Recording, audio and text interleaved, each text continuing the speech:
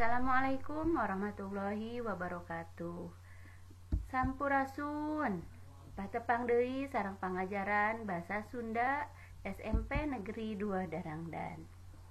Kumaha daramang siswa-siswi SMP Negeri 2 Darangdan? Sateuacan kana pangajaran Basa Sunda, sumangga urang maoskeun basmalah sasarengan. Bismillahirrahmanirrahim.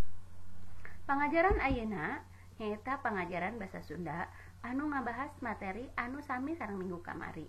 Di antarana nyaeta materi ngadongeng. Materi ngadongeng ieu kanggo kelas 7 semester 2 anu bade didugikeun ku ibu nyalira nyaeta Ibu Rina Supriyati. Tujuan pangajaran materi ngadongeng di antarana setelah mengikuti pembelajaran secara daring, peserta didik dapat menjelaskan arti ngadongeng. Kedua, menjelaskan hal yang perlu diperhatikan dalam mendongeng dengan benar, menjelaskan cara mendongeng dengan benar. Ayeuna urang diajar hal-hal nu kudu diperhatikeun upama arek atawa eukeur ngadongeng. Jadi urang sateuacan ngadongeng kudu diperhatikeun babaraha rupa. Di antarana samemeh ngadongeng, urang kudu merhatikeun nu kahiji maham kana eusi dongeng jeung jalan caritana. Anu kadua, maham kana palaku katut pasipatanana. Anu katilu, maham kana hal-hal anu dicaritakeun dina dongeng. Nah, urang samemeh ngadongeng kudu nyangkem kana ieu tilu bagian. Anu kahiji, maham kana eusi dongeng jeung jalan caritana. Anu kadua, maham kana palaku katut pasipatanana. Palaku di dieu mangrupakeun tokoh. Anu katilu, maham kana hal-hal anu dicadongeng.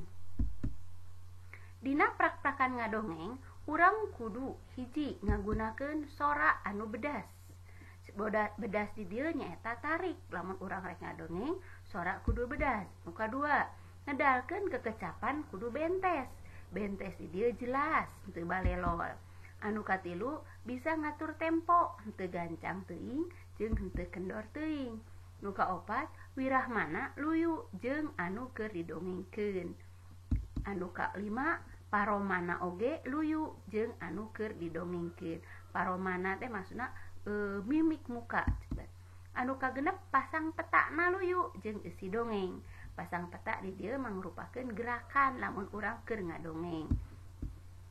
Anu katujuh, sikep sawajarna teu kaleulewihi.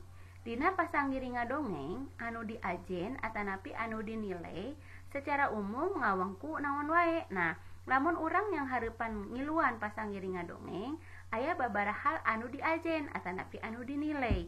Nyaeta nu kahiji pokal. Nah, dina di dieu pokal teh hartina bedas henteuna sora. Lamun urang bedas berarti pokalna alus. Lamun urang sorana laun berarti pokalna goreng moal kadenge ku anu ngadangukeun. Anu kadua intonasi. Intonasi di dieu nyaeta lentong jeung wirahmana. Anu katilu artikulasi. Artikulasi hartina bentes henteuna ngunikeun kecap atanapi ngedalkeun kecap. Aya nu cadel, aya anu balelol. Nu kaopat ekspresi. Ekspresi di dieu paroman jeung pasang peta. Paroman teh mimik. Lamun urang eukeur ngadongengna sedih, berarti paroman urang oge ningalikeun urang eukeur sedih. Pasang peta lamun ceuk bahasa Indonesia nyaeta